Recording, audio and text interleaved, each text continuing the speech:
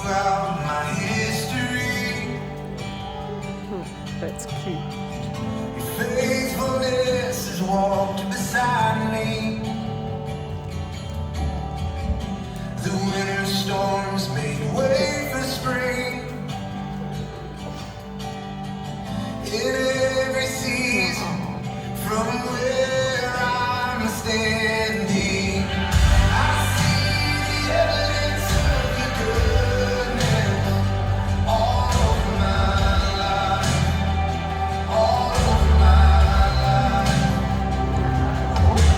I see your promises and fulfillment all over my life, all over my life. Help me remember when I'm weak. Fear may come, but fear will leave. You lead my heart to victory.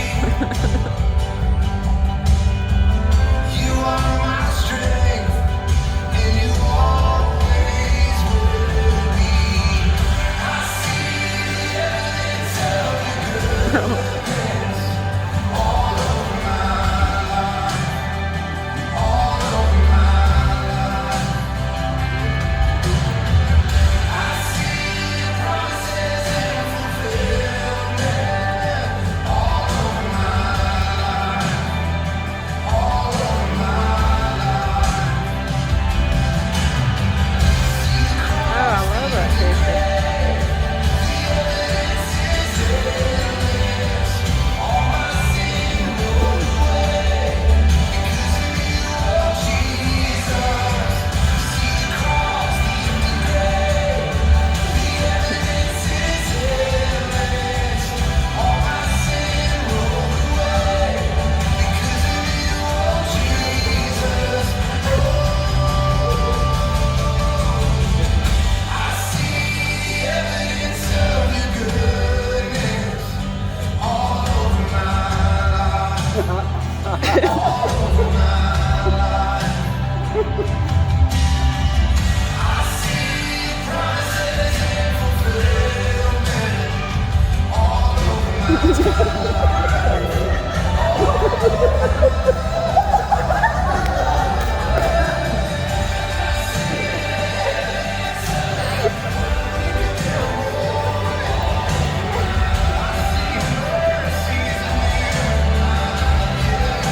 Aww.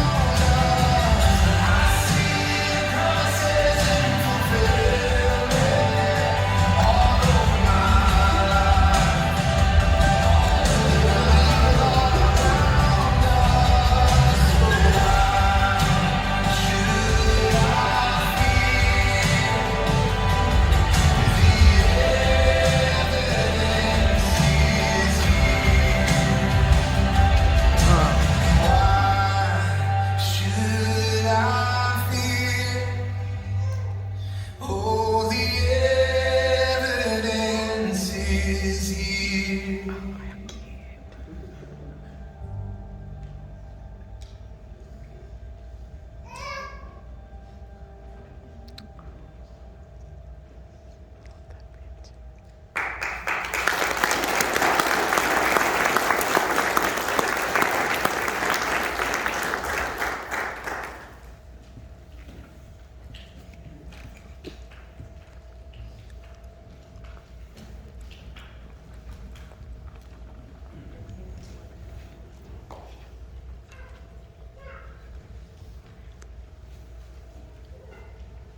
That's a hard act to follow.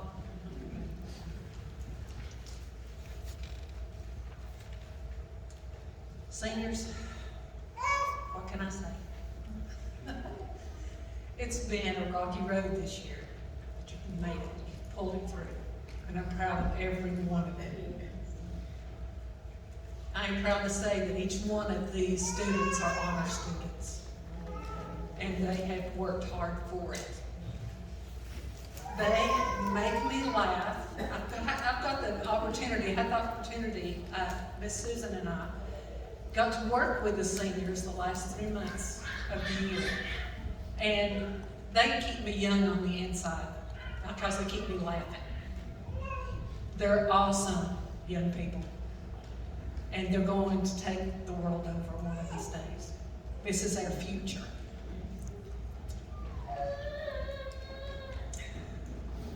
Alex, I'm trying not to cry. I made it through this morning, didn't cry, so I'm trying not to cry now. Alex, I've got to watch you grow since second grade. And I remember that little girl that came into school and watched you grow throughout the years. You have matured into a wonderful young lady, and you're going to go far. Michael, I've had the privilege of getting to know you pretty well the past 3 years. It's been an honor and a privilege to get to know your heart, because I know where it is. Josh, you keep me laughing. I've never seen anybody that can come back as easy as you can, except myself. But I've got to watch you since kindergarten. And the change in the past few years has been remarkable. You are a very goal-driven person, and that is a good thing. Grace, you have blessed me every day, coming in with your smile every day. And I got to know you a little bit when you were in middle school, but the past few years I really got to know you. And you are awesome. I can see you on the mission field one of these days. God has a call on each one of your lives, whether you know it now or not. But you have a purpose in this world, or you wouldn't be here right now. None of us would. And He's got a road for you to walk down. You just have to let Him guide you. I'm going to read, this was my devotions a couple days ago. And this is from Billy Graham's devotional. So if any of you have not had the chance to use this in your devotions, it is awesome. It says, the story is told of a little girl whose father was an airplane pilot. As they crossed the Atlantic, a storm came up. The flight attendant awakened the little girl and told her to fasten her seatbelt because they were in some turbulent weather. The little girl opened her eyes and saw the lightning flashing around the plane and asked, "Is Daddy at the controls?" The flight attendant replied, "Yes, your father is in the cockpit." The little girl smiled, closed her eyes, and went back to sleep. God is at the controls of our lives, or rather, He wants to be at the controls of your life. I'm sorry, my nose is running. But He gives us the freedom to pilot ourselves as we wish. The problem is that we often crash, much as we would if we took controls of an airplane we had not been taught to fly. God knows us. He knows our strengths, our weaknesses, and He knows what is best for us. If we will only relinquish the control of our lives to Him, He will see us safely home. Psalms 48:14 says, "This is God, our God forever and ever. He will be our God, even to death." And we only have the promise of today. And it's what you do with today that makes the difference for tomorrow. So if I had not taught you anything else, I pray that I have helped bring you closer to God. Academics will get you far sometimes, but knowing God will get you all the way to return. So let God be your guide, no matter what. And my phone is rarely turned off. Sometimes the volume's not up. But if you need me anytime, I know you four have my phone number. I think my whole class has my phone number. But you call me anytime, night or day. Okay, I love you guys.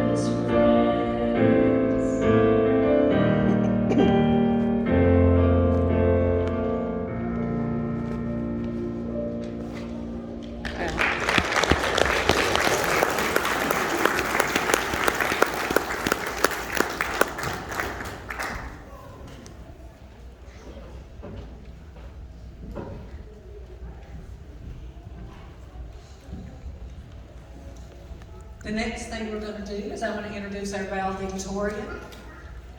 He has maintained an A average all through high school. And if you was around him a lot, you'd think, I don't think that he is a valedictorian, he's too goofy. But Josh is very diligent in his work, and he is an awesome young man.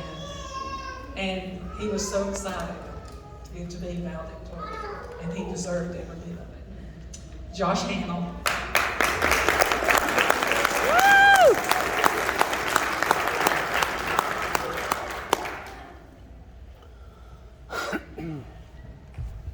Hello. Let's talk about that goofy thing for a minute. A couple minutes ago, some of y'all may have missed it. Two of us were out there in Spider-Man costumes, about to walk out. We were promptly and very nicely told to take them off and change back into formal wear. And then after that happened, we were demanded to take them off. So, gosh, y'all are gonna make me cry. This is way too real for me. I don't like any of this. Hi everyone, I'm Josh Hamill, class valedictorian of 2022. And I want to start out by saying, please don't be a procrastinator, because I wrote the speech this week and it was super stressful. I have two parts to my speech. One of the parts is to my fellow graduates. All three of you have been such a blessing in my life and such a joy to be around for the past 3 years. And then the second part of my speech will be a thank you to the people who are close to me and who have walked with me through everything. To my fellow classmates and friends, as we all go into this new chapter in life's book, we have to know how to understand ourselves and those around us. Living up to our own expectations and the expectations others can create can become a very hard and stressful thing to do. This can lead us to many things that destroy us as people, not only breaking yourself down to fit these standards, but to become who you want to be takes a lot of work, and in addition, it comes with lots of stress. Big changes caused by a want or a need can be difficult. That's what we're all about to go through. All of us are about to embark on something new, something challenging. New experiences, new fears, new strengths, and new weaknesses. New everything. Everything is about to change. Stability in our emotions, our minds, our bodies. Anything right now is not really a high priority, at least for me. The thing that we just accomplished, our first big achievement, we did it. Let that sink in. We completed something monumental in our lives, and hopefully it's the first of many to come. But what did we do this for? How did we get here? How have we experienced happiness in this time? How have we experienced stress? A mix of both. Is that what I'm feeling? Is it wrong to feel happy? Because it sure does feel it with how much we think we're losing, but it also doesn't feel wrong to feel that way. It feels wrong to feel sad too, because of all we're gaining and how much we've all worked so hard for this and how we wanted it so much. And we have been through all sorts of challenges and changes and have overcome them, but what's another? What does this one have that the others didn't? What does it mean in our lives, and how will our perspectives change? How will we grow after this monumentous occasion? Am I correct in saying that all of us long for a purpose? Because I know I should do, and when I have my mind set on a goal, all my focus goes on to that goal. Like today, standing in front of all of you.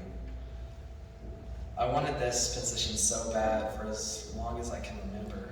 I didn't think of anything else, and all that thought about I have to get good grades, that was always my number one priority, and it shouldn't have been. Nowhere in that thinking was I open to learn about real life.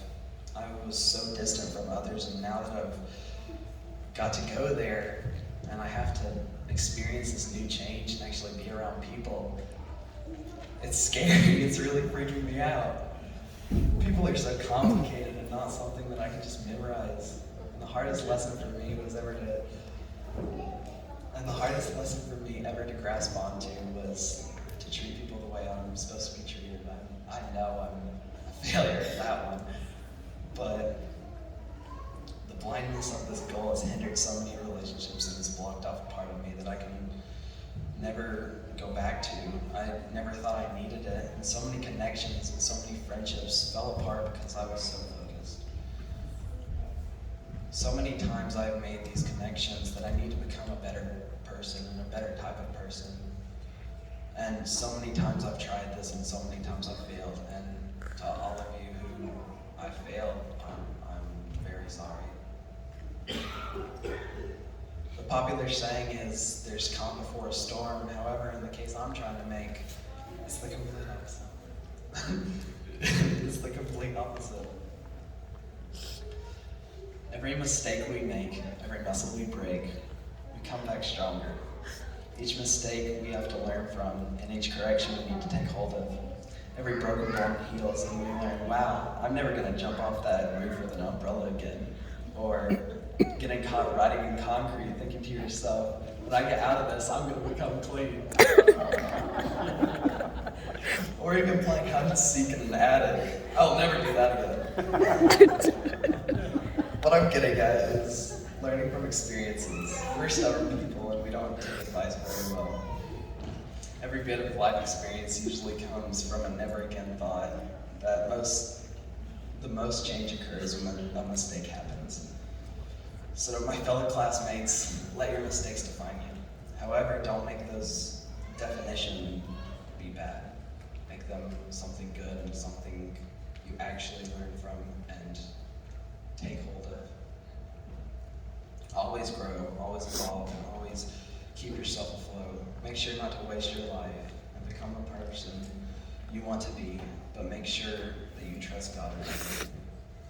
Because the only way you are getting through all of those mistakes you're going to make is through talking with the big man right beside you. I love you and will miss you all. You have all helped me so much, and I can't wait to see what we become both spiritually and physically. We will succeed if we listen. All right, now for my part two, my thanks to people closest to me. I have three people who I specifically want to address. I want to tell you a story.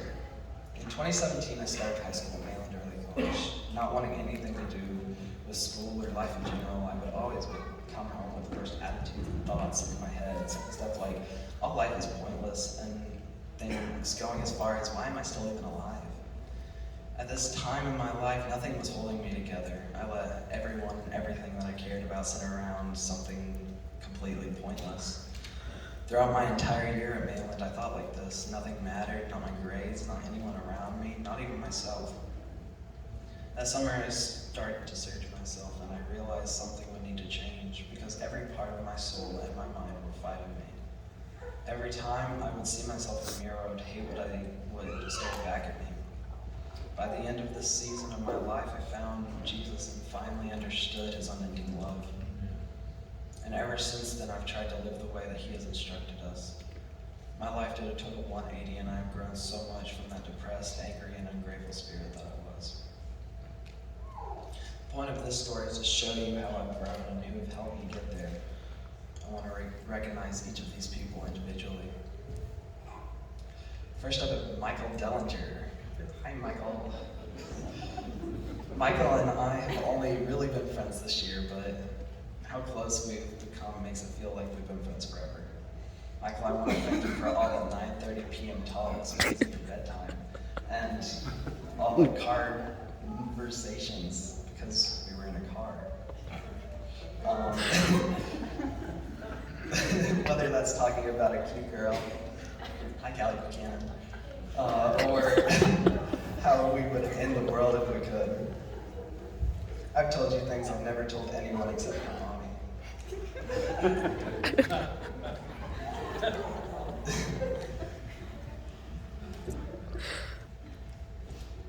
But you have been my confidant for the last year, and I love the friendship that's been made.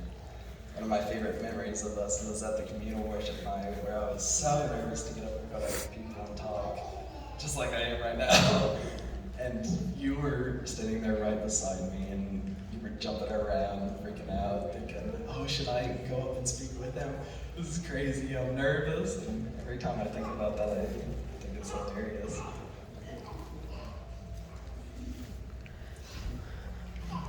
Every God thought, every crazy dream, and every what should I do, I've come to you for advice, and I hope that continues in the future. Michael, as I said on the phone that day when I was not paying attention, bye, I love you. And I mean that.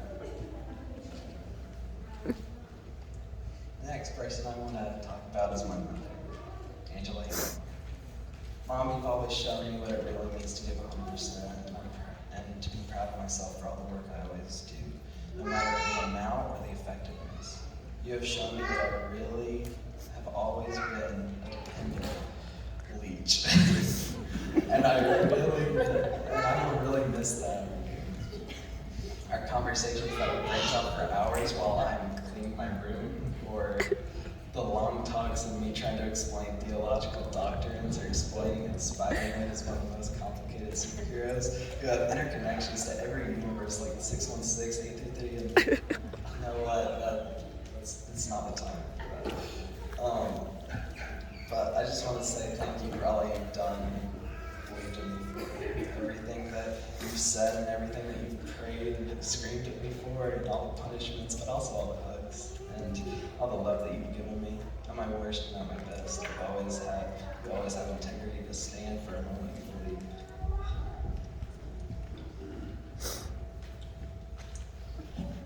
And how you've raised me to be such a strong person, always vulnerable and gentle. Thank you for that. I love you. The last person I want to talk about is that nice lady right there, Jen Green. We're gonna need to take a second.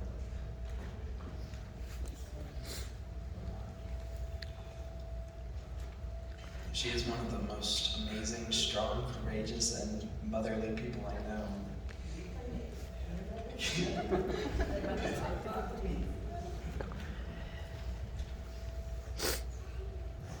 Miss Janie, I told you in this yearbook, but I also want to just thank you for so much.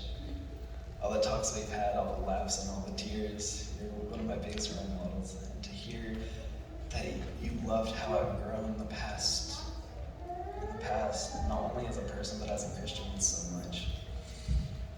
Everything that you've ever taught me, I will take captive. All those conversations and passing comments are stored right here in the old noggin. Thank you for being my teacher these last 3 years. And even when you didn't feel like it, coming back and being with us our last year. Thank you for all that you've done in my life. Not only on purpose, but indirectly too. I love you and I want to make you proud. Thank you so much for taking the time to listen to my speech today. God bless each of you, and good luck, class of 2022. P.S. Move out and do great things.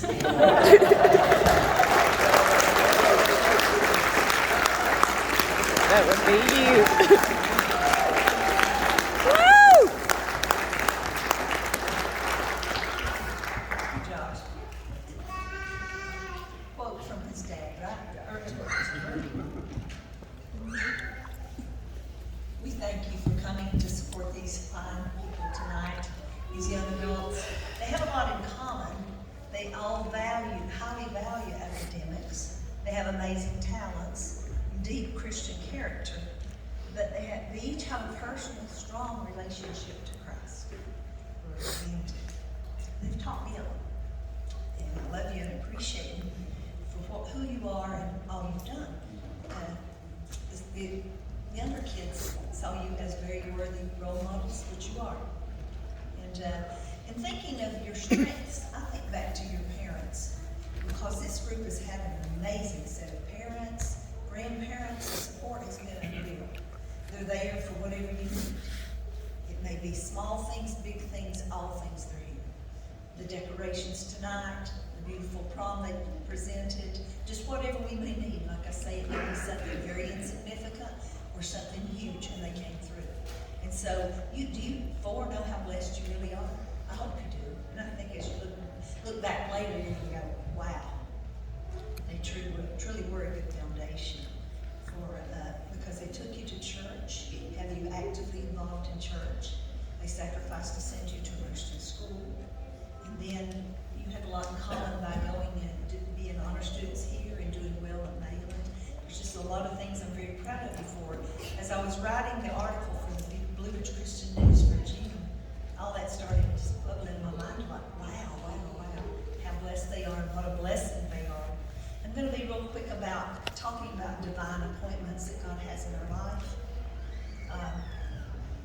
Your life will be made richer by all the divine appointments. We were talking the other day how 2 of our seniors came from Avery County and 2 from Mitchell.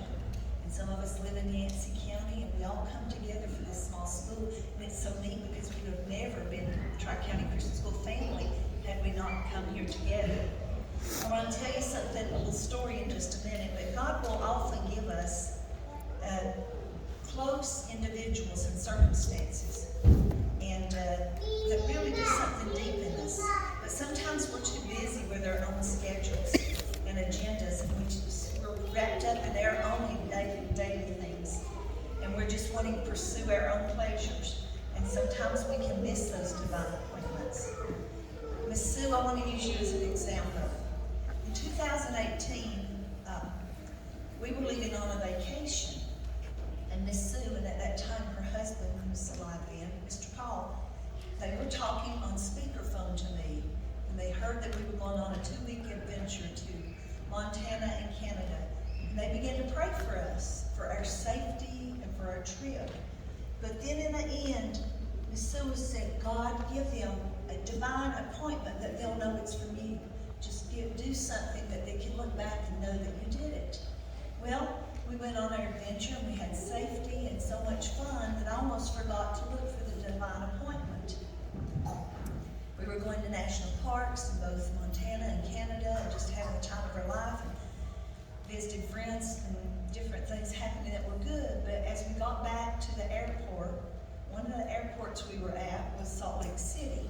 And I went up to the ticket counter, and a little lady was sitting in a wheelchair, and she was so pleasant. She had a beautiful Dutch accent, an elderly lady, and she and I were talking briefly, and her cell phone was ringing, and she couldn't find it in a purse, and she said, darling, isn't it terrible about these cell phones always bothering you and all this? We had a brief conversation. Well, we both, were boarding on the plane, my husband and me and all. We didn't see her anymore until we got to the Atlanta airport, and we had flown all night, and it was 5 a.m. And I look over at the other gate, and there she was. The attendant wheeled her up in her wheelchair, and she was sitting there alone. They left her. It's like 5 in the morning saying their plane's going out 8 or 9. And so we're over at another gate, and because we were going to different destinations then, and I look over and I go, oh, that's that sweet little lady I had about a 5-minute conversation prior with. And I looked and I thought, she's in a wheelchair and she's going to be left there for hours. Maybe I should go over there. And it came to my mind, is this the divine appointment that Miss Sue had prayed over about? So I walk over there and introduce, we like to talk by name then, because previously we'd only just had general conversation. She was sitting there and she was doing tatting. She was making these beautiful little crochet things and just so pleasant. And we began to talk, and she started talking about the goodness of God and all her life and how she'd grown up in Holland and how she at 14 had left for America. And she told me a lot of her life story, but she interwove it with God's goodness. And so we had a good time of fellowship, probably for 3 hours. But in between, I said, is there anything I can do for you? And she said, yes, darling. I need someone to push me to the restroom. And so I pushed her. Atlanta airport's pretty big, so we went. And she said, my legs give out on me. I can take care of my personal needs, but I can't walk through a busy airport. So I waited, and she come out. She was most gracious and grateful. We go back to see it, and I thought, I'm staying with her. I love her. She's just amazing. And so it wasn't an end of the friendship. She began to tell me about loving to sing, and she named songs that my favorite, How Great Thou Art, and all these, and I can imagine a at that time how beautiful her voice was, but she didn't sing in the airport, but since I've heard her sing and all. But anyway, long story short, we exchanged addresses and friendship numbers and all, and just was bonded at that time. And so even as we speak, today is her birthday, and she turned 89. And she called me earlier in the week to thank me for the card, and then today she said, oh, I'm gonna be alone on my birthday, but it's okay. I've got plenty of friends, and we celebrated for all weekend last weekend. So about 5 o'clock, I called her and said, are you happy birthday? And she said, I know people called and checked all over. And I said, well, I was thinking about sharing a little bit about you and divine appointments. And she said, isn't God good to give us to each other? And someone like me that lost my mom at 35, there's been a lot of people invested in my life. And she's such a treasure, and Miss Sue, you're a treasure. And I look at this and I think of my friend Miss Henny, and I think of you. Because I hear that and we prayed and we said, God, give them a divine appointment that you know it's from you. And we did. I knew exactly. And it's so cute because my husband was patient for hours, like we said, with a stranger over there. He thought that he had to guard the luggage. She said, I never did get to meet your husband because he was guarding the luggage. I'm like, yes, you would. I said, he's a history buff. You and he have got to meet sometime. But, you know, there's somebody closer that wants to be closer than any friend we've ever had. And of course, that's Christ himself. There is a friend that sticks closer than a brother. Proverbs 18:24. He himself became our friend, our guide, our guard, our protector, our provider, promises to never leave us or forsake us. And our soul longs for that. We long for friends to help us, but we know what a friend we have in Jesus. So I ask you to look for God encounters and God adventures and God's divine appointments, because you won't be disappointed. But don't be too busy with your own pursuits, because I was about too busy. I about missed it. Because by that time I was tired. I had such a fun adventure. And she became the icing on the cake of the whole trip. And I just want to remind you of that God has so many neat things in store. And your friendship group will be tight here, but you've got so many new people to meet and to be a blessing to. You have been a major blessing in my life. And I thank you so much. I love you.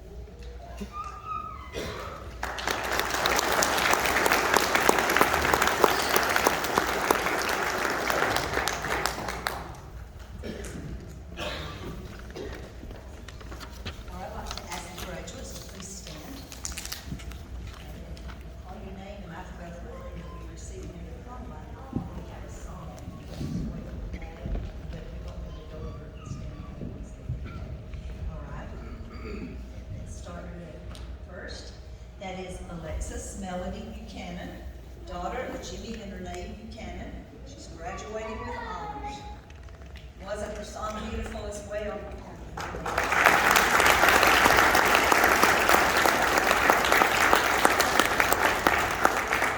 We have Michael David Dellinger, son of Roy and Christy Dellinger, graduating with honors. Michael's part of his family band, but tonight he didn't want to do that. And I told his mother and sister to go right ahead without it. He said, I don't think my family will sing at graduation. I sneaked behind it and I thought, I think your family will sing.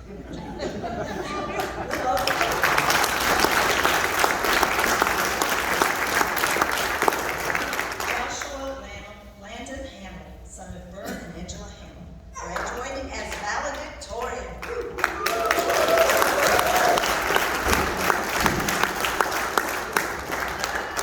Gracie Suzanne Phillips, daughter of Jim and Susan Phillips, graduating with honors.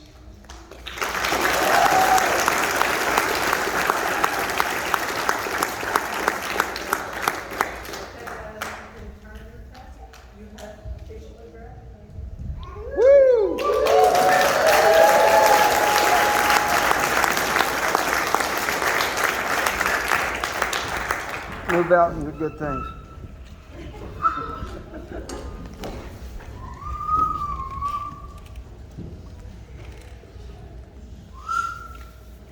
We would like to leave you with one song and commission you to go tell the world about Jesus. Amen.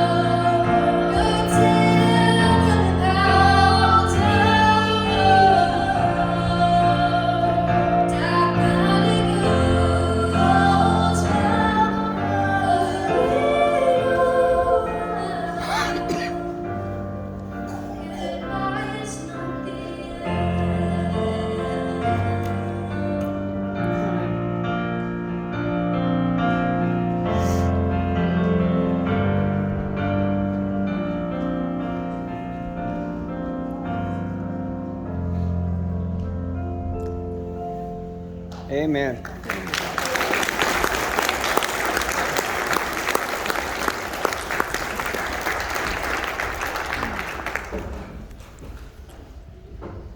Awesome. Isn't it wonderful to have Jesus Christ at the center of a graduation? Amen. That is such an amazing thing. I was sitting in the back and just listening to these young people talk about keeping God at the center and making sure that you're following the Lord. And I just thought, this is just such a blessed moment to have Jesus at the center of a graduation and to be honoring him in the midst of this great accomplishment. And so I just want to say that. And I think one of the things, you guys, that I kept hearing, and I think an important thought is always remember that God has a plan for your life. God has a plan for your life. He was dreaming about you before you were born, and he has a plan for your life, so don't ever forget that. And you know, as seasons change, phases in your life come and go, there's something that I'm learning. I'm still young and I'm still learning, but life doesn't necessarily get easier. But when you truly walk with the Lord, there is a joy and a richness and a depth that comes with life experiences.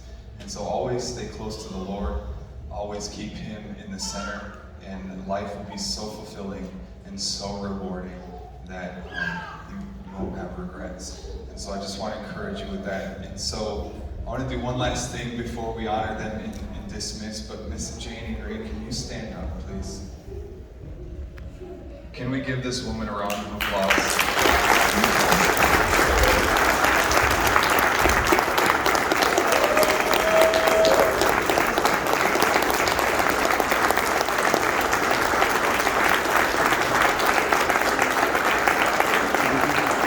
They give it to them.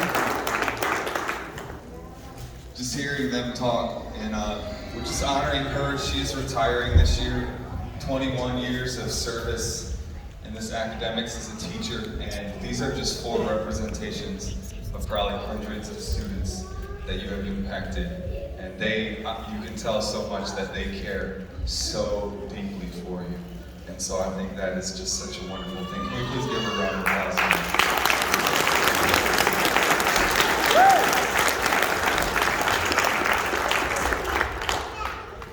Graduates, can you stand up real quick? May the Lord bless you and keep you.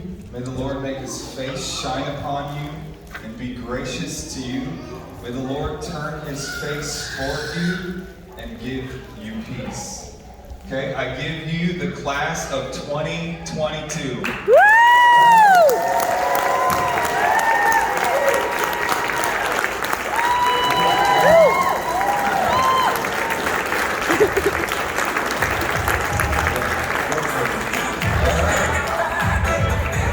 Freshmen, we're gonna have a blessed night, so make sure you stay and fellowship and have a good time and just congratulate them.